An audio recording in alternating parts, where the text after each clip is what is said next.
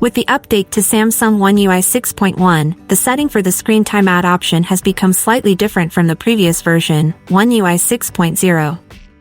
The screen timeout feature allows you to determine how long your mobile device's screen will stay on after the last activity or touch on the screen.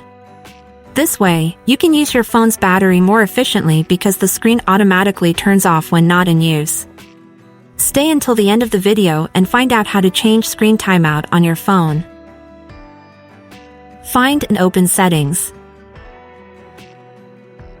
Scroll down and find the Display section. Click on it. Scroll down again until you see the screen timeout option.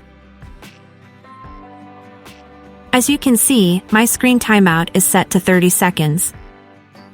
Click on it to change it.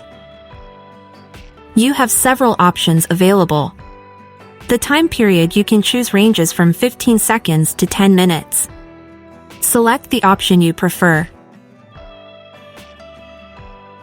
Now, your phone's screen will turn off after the selected period of inactivity. And that's all there is to it. Subscribe to our channel and like the video if you found it helpful.